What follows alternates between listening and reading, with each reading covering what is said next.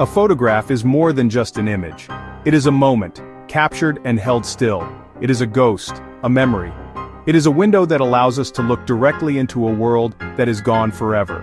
When we look at an old photograph, we are not just seeing faces or places from long ago, we are connecting with the people who lived in that moment. We can almost hear the sounds they heard, feel the sun or the cold on their skin, and wonder about the thoughts that filled their minds. These small, silent squares of paper hold entire universes within them. They are quiet storytellers, waiting for us to listen. In our modern world, we take thousands of pictures with our phones. They are instant and everywhere. But in the past, a photograph was a special event. It took time, effort, and care. Each one was a deliberate act of preservation. Because of this, old photographs carry a certain weight. They show us not only how people looked, but how they saw themselves and their world. They reveal the hopes, the fears, the struggles, and the simple joys of everyday life. This journey we are about to take is a journey into those moments. We will look at 10 photographs that have held the world's gaze for decades. Here they are, 11 men, sitting on a steel beam, suspended 840 feet above Manhattan. The city sprawls below, a hazy map of buildings and avenues. Construction workers who built the RCA building, now 30 Rockefeller Plaza. It is lunchtime. Eating, chatting, lighting cigarettes like a park bench. No safety harnesses, no nets, no ropes. Only the beam, open air, and a dizzying drop. This photo represents the spirit of America during a hard time. Taken in 1932 in the heart of the Great Depression. Jobs were scarce.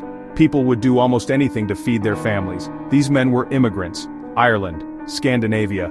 You trust the man next to you. A different kind of trust. Creating something enormous and lasting, a symbol of progress. This is the face of the Great Depression. Her name is Florence Owens Thompson. She is 32 years old, but her face looks much older, etched with worry and hardship. Her brow is furrowed. Her gaze is distant. Two of her children hide their faces against her shoulders. Another child, a baby, sleeps in her lap. They are living in a makeshift tent at a camp for pea pickers in Nipomo, California. The fields have frozen over, and there is no work. There is no food. Florence had just sold the tires from her car to buy food. The photographer, Dorothea Lange, was working for the Farm Security Administration. Lange took only 6 photos of the family, spending just 10 minutes with them. They had been surviving on frozen vegetables from the fields, and birds that the children had killed. This photograph, the last one Lange took, became the most famous. When Lange's photograph was published, the government rushed 20,000 pounds of food to the camp. But by then, Florence and her family had already moved on. Her identity remained unknown for over 40 years. The image represents the quiet dignity and strength of mothers everywhere. This photo gave a human face to that suffering, and it shocked the nation. It is a reminder of the power of a single image to demand compassion from a nation. It is a moment of pure, unscripted joy.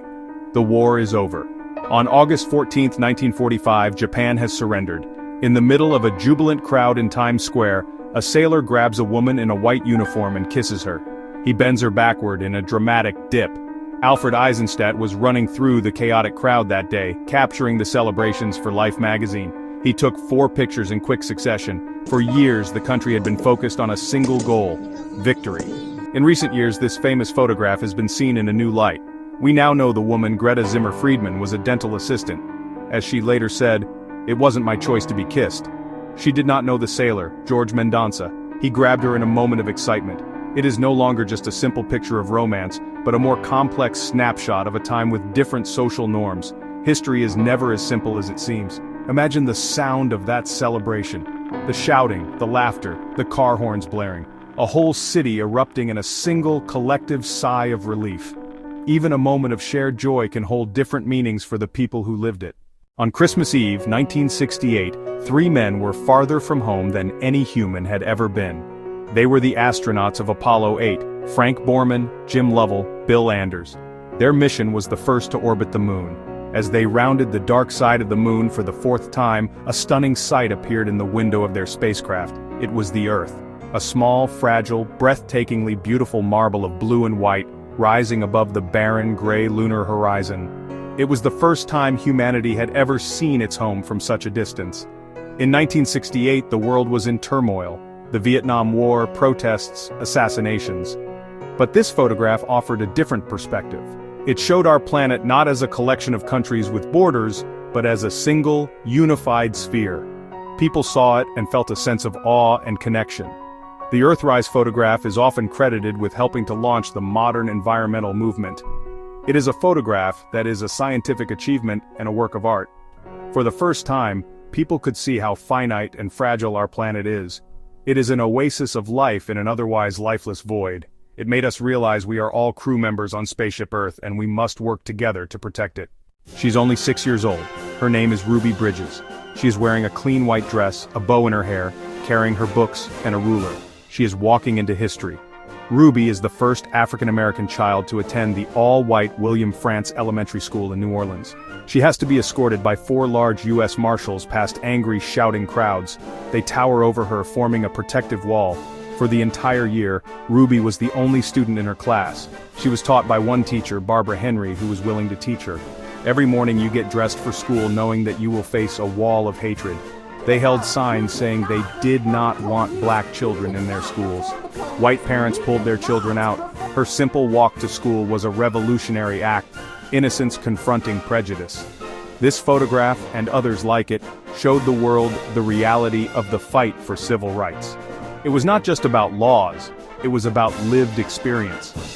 Ruby's walk was a small step for a little girl, but a giant leap for the civil rights movement. It reminds us that progress is often carried forward on the smallest of shoulders. It is a picture of breathtaking defiance. A lone, unarmed man stands in the middle of a wide avenue, holding shopping bags in each hand. Before him is a column of Type 59 battle tanks, symbols of the immense power of the state. The tanks had come from Tiananmen Square, where the government had crushed a pro-democracy protest. The lead tank tries to go around the man, but he calmly steps to the side, blocking its path again. He is one man against a machine of war. This moment took place on June 5, 1989, the day after the Tiananmen Square massacre. For weeks, students and workers had gathered to call for reform. The government responded with overwhelming force. No one knows for sure how many people died. The image was taken by hotel balcony photographers and smuggled out of the country, becoming a front-page story around the world. In China, the government censored the image. To this day, many young people there have never seen it. Because we do not know who this man was, he could be anyone. A universal symbol of conscience against oppression. He reminds us that one person with courage can make a difference. His stand, frozen in time, continues to inspire those who fight for freedom and human rights. He is a testament to the unyielding spirit of a single, determined person. A train station is a place of hellos and goodbyes. This one is a place of farewells. A young soldier leans far out of the train window for one last kiss. Their faces pressed together in a moment of desperate, fleeting connection. Steam from the train swirls around them, blurring the world and leaving only these two figures in sharp focus. The photograph, Soldier's Farewell, was taken by Frank Q. Brown. Young men were leaving their homes, their jobs, and their sweethearts, not knowing if they would ever return. The certainty of their lives was gone, replaced by the uncertainty of war. Letters could take weeks to arrive, and there was no other way to hear a loved one's voice. Today, we say goodbye with a text message or a video call. But in 1940, a goodbye at the train station was often final. This kiss had to contain all the words left unsaid. It is a reminder that behind the grand narratives of history, wars are fought and endured by ordinary people who love and who grieve. The photographs we have looked at are more than just old pictures. They are portals. They are invitations to step into another time. They invite us to walk for a moment in someone else's shoes. They show workers building cities, mothers struggling, nations celebrating, children walking into history, men standing up to tanks, and the earth seen anew. They are a mirror, reflecting our capacity for cruelty and for courage. They reflect love and hope. They preserve faces, struggles, and triumphs that should not be lost. They challenge us to learn from the mistakes of the past. These are the timeless threads that connect our lives to the lives of those who came before us. For all our modern advancements, we are still grappling with the same human emotions. They ask us to be better guardians of our world and of each other. They offer a clue to where we are going. For in the silent, enduring gaze of a photograph, we find the story of where we came from. We find a clue to where we are going.